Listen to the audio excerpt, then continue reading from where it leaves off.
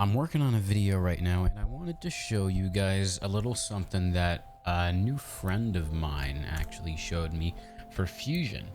So let's say I wanted to add a fusion effect onto this clip here. Normally you would just select it and you go into the fusion page and you would start working away and you would create whatever effect that you wanted to. The only problem is that effect becomes locked to the clip, and now any other changes that you want to make to the clip, you also need to take into account the fact that you have now potentially conflicting effects.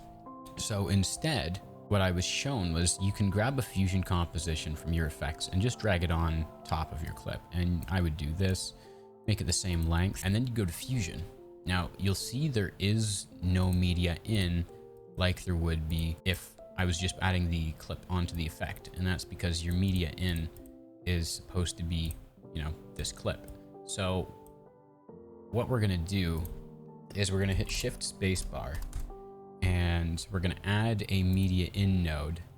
And then when we connect this, you see we're still not getting any success. We're having an error here. So what you want to do is go up into the top right, and for your process mode, you're going to leave it as full frames, but for your media source, click that and go to background. So now what happens is the fusion effect is using whatever is underneath of the effect on here.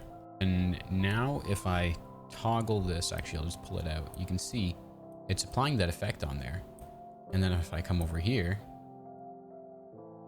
it will apply that same effect. So if you wanted to use the same effect on multiple clips, but you didn't want to have to worry about like copying and then coming over to another clip and then going into your paste attributes and making sure that you have everything selected properly, then you could just create a fusion composition, copy it, and then paste.